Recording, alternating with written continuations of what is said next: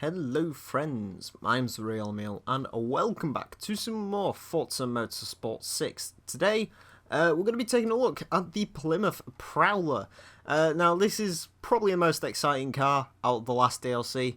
Certainly the one I was looking forward to the most, not because I'm a fan of the Plymouth Prowler, because I think it's bloody hideous, but because I wanted to put a silly engine in it and see what silliness we could get up to in this car. So without further ado, let us go and have a look at what silliness we can do to this. Let's start with engine swaps. So what can we do? 5.7 litre V8, 7 litre V8 Hemi engine, and a NASCAR engine. Now I don't really want to make this an S-Class build, but it's a NASCAR engine. I mean, we've got to have a NASCAR engine. That's just for certain. Let's go on to aero parts. Let's see what we got. Interesting little chin spoiler, don't look that bad. And oh, that removes the car actually looks better without those. I don't know what they are. I assume they're 5 mile an hour impact bumpers or something. But yeah, we'll go for the aero because reasons. Right, do we have a silly wing? No. Oh, it's disappointing. Sure, but that's disappointing. I was expecting silly aero. Anyway, just going to quickly do the weight reduction before we get onto tyres, for which we could get race tyre. Yeah, let's have race tyres, sure.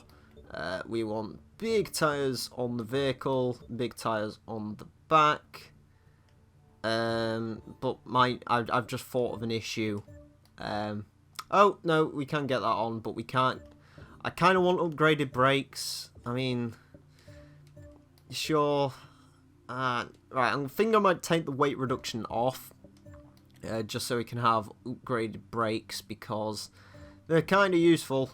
Right, 792 PI. Okay, I mean, not quite as good, but there you go.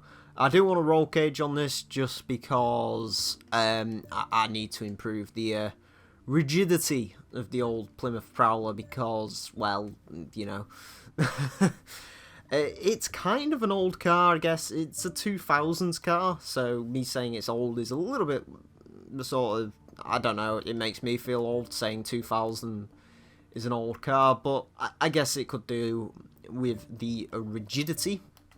We'll put the diff on and then we'll do some quick tuning and then we'll decide what we really want to do with this car. So I'm kind of torn between either doing a time attack build or a race with this car. I think for silliness I just want to do a race instead of a time attack build. I tried doing a time attack build and wasn't particularly exciting, so I think we shall go for a race build and see what this car can do when it is racing. Let's just lower the ride height and stick some more aero on the back, like so. Alright, there we go. That is the Plymouth Prowler built. It's an S-Class car. It's got a NASCAR engine in it. What could possibly go wrong? Let us go and do some racing. Where do we want to race our mad little car? You know what? I'm thinking Lime Rock. Let's do Lime Rock. Let's do, say, a... Not... How many laps do we want? 7? Let's do a 7-lap race. Stick 23 cars on the grid. And see what happens. I'll restrict it to S-Class cars. And get them to be rear-wheel drive as well, just to... I don't know, to add a little something to this. Alright, so what do we think the Plymouth's going to drive like? I'm not sure. I've been wrong before on this season. Usually cars are much worse to drive than I think they'll be. But then again, the limo wasn't too bad, and that had a silly engine in it, and that was kind of silly. And I guess the Plymouth Prowler is also extremely silly, which is why I kind of wanted to use this car. So yeah, it'll be interesting. It'll definitely be interesting. I've just realised it's in a place called Lakeville, USA. Is that real? Could you not have come up with a better name than that? Okay, right, what is on the grid? I'm just curious. What has our Plymouth Prowler got to put up against? It has got 2 modified Capris, Ferrari race cars, Ford GT, Ferrari 458 Speciale. This is going to be fun. And for added, well, actually not for added anything, because I run no assists on anyway, but I am just going to turn that on just so I can earn a bit more extra dosh from this. That might have come over really weird on the microphone, I apologise if it has done. But here we go, let's have a see. It certainly sounds crazy. Hold up. That's not fair, Forza. I should have really known it was going to do that. We can't be at the front of the pack. That isn't fun. You know what is fun? Starting right at the back of the pack. Let's do that. That's why I had their mods off. I shouldn't have known that, but there you go. It does happen. It does happen. 22nd place. Yes. Let's go. Let's fight our way through a field of very expensive cars. A couple of BMW art cars there. Hey, look, it's the new Maserati. Yeah, as I've said, I'm not a fan of this DLC. I'm really not. But then again, if it tickles your pickle, then, you know, don't let me stop you enjoying it. It's perfectly fine if you enjoy this DLC, but for me, it's a bit of a bummer. In fact, to be honest with you, I think this is the worst DLC ever in Forza. Probably. There might be one in the original Horizon, because the original Horizon had a few piss-takey DLCs, but yeah, I'm not a huge fan of this DLC. We're stuck behind a NASCAR. Oop, God, gone off the track. We're stuck behind a V8 Australian race car. There we go. I can speak English. Of course I can. Let's see how we do. Can we actually get past them? That's the ultimate question. Actually, does this Plymouth is actually really nice to drive. Surprisingly enough, I've built a really, yeah, so far so good. That Nissan is definitely trying to wipe off our front wing. What are you doing, Nissan? Can you not see the Plymouth Prowler? It's a very distinctive car. It's small, but it's definitely distinctive. Do you know what? I've built a really, really good S-Class car here. Like, seriously, this is actually really, really nice to drive. It's an 800 horsepower Plymouth Prowler, and I've just said it's nice to drive. Yeah, sure. Well, that's interesting. I've just noticed this car has a button on it that's called Coast. Interesting. I don't know what. Oh, Noble's coming back on the track. And he's, yeah. Thanks, Noble. And I've killed a Volvo. Right. I should have really done the limit the AI silliness, but no, I didn't. I decided not to. So we'll break around there instead. There you go, Mr. Noble. Gave you all the space in the world that you needed. Which was a lot less space than you needed, but whatever. Yeah, the Plymouth is a bloody nice car to drive. I might actually put this on my storefront, because this tune, I don't know what I've done to this car, because it's rear-wheel drive. You know, this really shouldn't work, but it does work, and it works rather well. And of course, one advantage we do have is straight line speed, because we have a hell of a lot of it apparently, which is good. Put a wheel on the dirt there. That's what I did. I know what I did, honest. Also, I apologise for the slightly crappy driving. Just before I went to film this, the batteries in my Xbox One controller went, and sort of like that force feedback that you kind of get from the controller is actually extremely useful nowadays when I drive a car.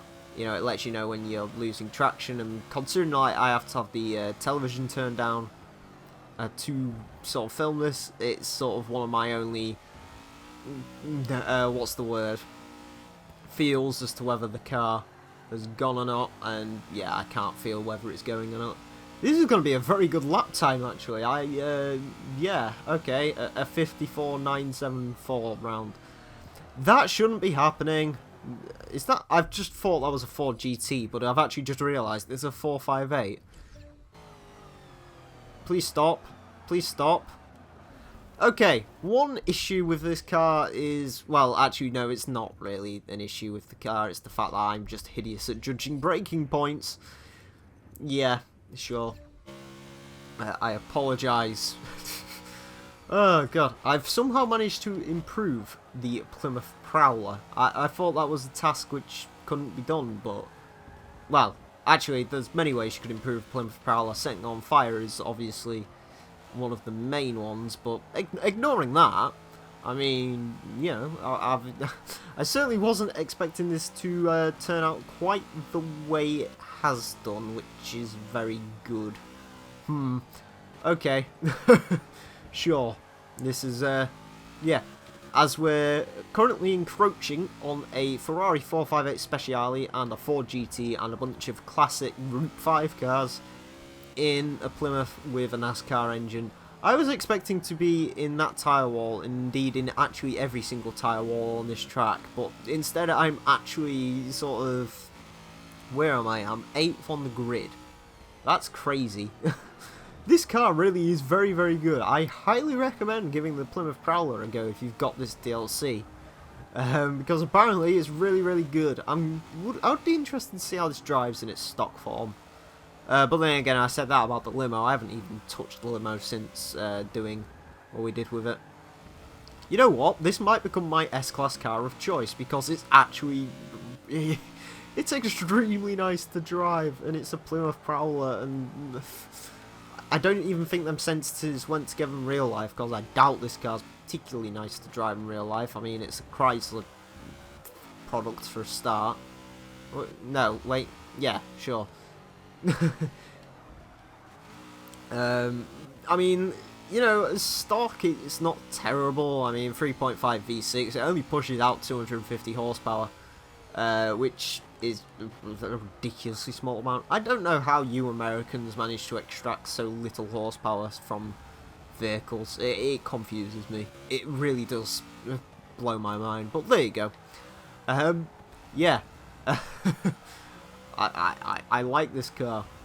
You know what? Actually, you know, I mean, we don't have a PT Cruiser in this game, but I mean, this is the next best thing. I mean... I'm pretty sure the PT Cruiser is somewhat based on this car. I'm fairly sure. Yeah, I'd be interested to see how many Plymouth Prowlers they actually sold as well, like in actual real life. I'd be kind of interested to see the sales figures on the Prowler. Pretty sure this went on sale. It wasn't just a concept car. In fact, I'm actually completely sure of that. I don't think we're going to be getting a podium finish, but that's not so much the car's fault as it is the AI, because as we all know, they like to spread themselves out ridiculously in this game. I've also noticed this car has a bit more of a Forza Horizon cockpit camera, like in Horizon, for those of you who don't know, like I don't really like the cockpit camera because it's like extremely close to the windscreen. Whereas in this game, it's actually sort of more further away, and I like that, and I think this has got more of Horizon syndrome than anything. But there you go. This car would have been fun in Forza Horizon. It definitely would have suited that game a bit more than a motorsport game, but, you know, Forza Motorsport 3. Forza Horizon 3 will probably have this car, and I'll probably put another NASCAR engine in it and say how nice it is again, because this really is a very, very good car to drive. I mean, it's not even that bad when it becomes ill-behaved. Well, we're still twitching, but yeah. Overall thoughts on this amazing car is it's incredible. It's great. It really is a very good car, and I wasn't expecting to say that about a Plymouth Prowler. Yeah, sure. It doesn't really matter what we get from this, because we won't get O, as you can see there. Okay, so there you go, friends. That is going to be it for today. Definitely check out the Plymouth Prowler if you haven't already. And yeah, I want to thank you all very much for watching. My name's been the Real Emile. Until next time, farewell.